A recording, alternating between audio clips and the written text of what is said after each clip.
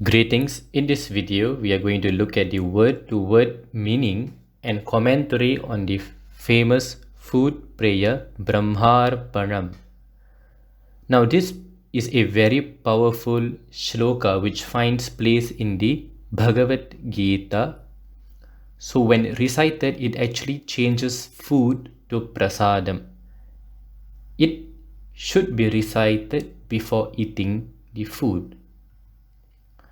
Now, this shloka is a combination of two verses which exist in two different chapters of the Bhagavad Gita.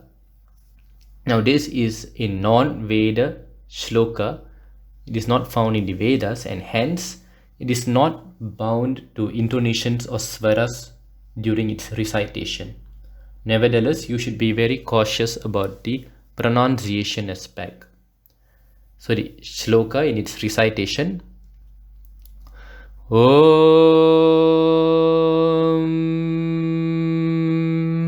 Brahmarpanam Brahmahavihi Brahmagnau Brahmanahutam Brahmaiva tena gantavyam Brahmakarma samadhina Aham Vaishvanaro bhutva praninan dehamashritaha pranapana samayuktaha pachamyannan chaturvidham.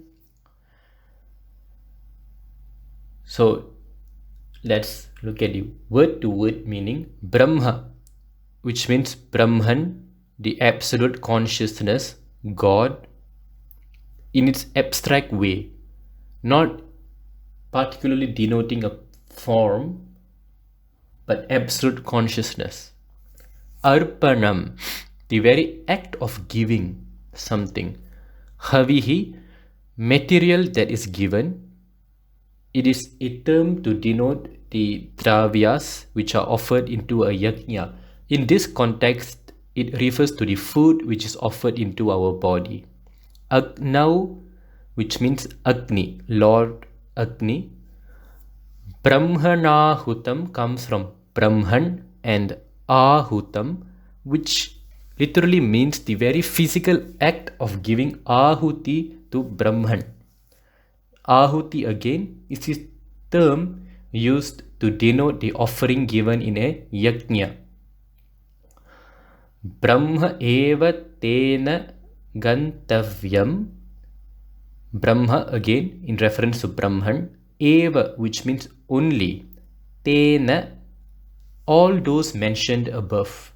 And finally, gantavyam, which means destination. So the verse Brahmarpanam Brahmahavihi Brahmagnau Brahmanahutam Brahmaiva tena gantavyam literally means the truth of Advaita, that everything is verily consciousness, that everything is verily Brahman. Now the very act of offering food is Brahman. The material, in other words, the food offered into the fire of the yajna is Brahman. Now this fire of the yajna mentioned here is the very digestive juices and enzymes of our alimentary canal. The very fire of the yajna is Brahman in the form of Agni. The final destination of the offerings, the final destination of the food which are offered into the fire is also Brahman. So the very act of offering, of partaking food is Brahman. The very food is Brahman. The very action of the digestive system which oxidizes food to energy is also Brahman. The final destination of the food is also Brahman. When food finally gets converted to energy, that is also Brahman. That energy itself is Brahman. So everything is consciousness, right? We have to get into that understanding that everything is consciousness manifesting itself in different forms. Next, Brahma, again in reference to Brahman, karma, action, samadhina, which comes from sam, which means equal, a plus dhina, which means subservient. Subservient, an analogy would be, right, you are a subservient to your father, right? Let's just keep it that way. Aham, which means I am, Vaishvanaraha. It is the name of Agni who presides in the stomach in the form of digestive juices and enzymes. Bhutva, having become. Praninam, which means of the prani. So prani refers to those with prana, life force. In other words, it generally denotes animals. In this context, it denotes our body, because our body is that which contains life force. Deham, which means body. Ashritaha, which means residing, to stay in a place. So the verses: Brahma karma samadhina aham vaishvanaro bhutva praninan dehamashritaha, means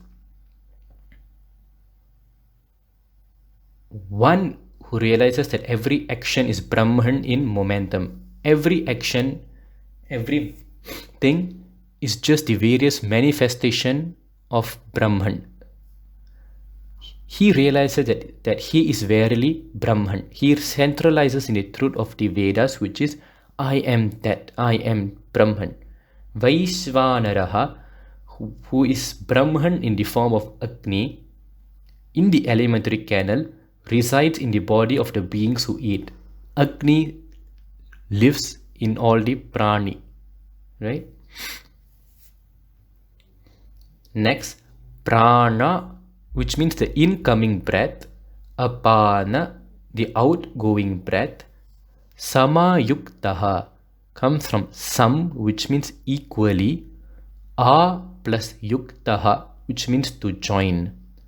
Pachami, which means I digest. Annam, food. Chatuhu, four. Vidham, types.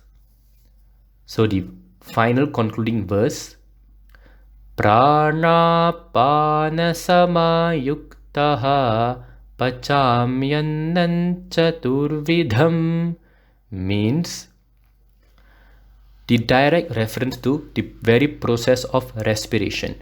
The incoming breath completes the process of deriving energy from the digested food. Carbon dioxide is excreted through exhalation.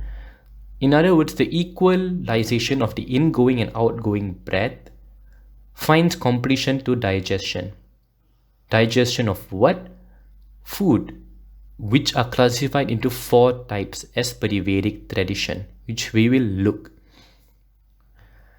Number 1, charvya, chewable food, mechanical digestion, in which we use the teeth to actually cut food into smaller pieces to facilitate digestion. For example, rice. Choshya, suckable food, for example, sugarcane. Lehya, lickable food, for example, honey. Peya, drinkable food, for example, milk. Here we can see how advanced the Vedic civilization was. Now today we can be nourished in many ways. For example, nasogastric feeding through intravenous path or even sublingual absorption. Now the tablets and medications that we swallow do not come under food because they do not come under either chewable, suckable, lickable or drinkable foods. It's an important point to note that not all that nourishes you is food, right? In the Vedic tradition, we have a clear distinction as to what food refers to. It's not just about anything that you put into your body. It's a very sacred act. In fact, the whole shloka speaks about the very act of eating as sacred as a yajna. You are offering food as a dravya to the internal yajna in you. So it is a very sacred process and it denotes as to how sacred the very food must be. Now, if it's a yajna, you can only offer auspicious food, not bones and flesh, right? So this is the understanding that we have to come when we recite this shloka. Thank you for watching.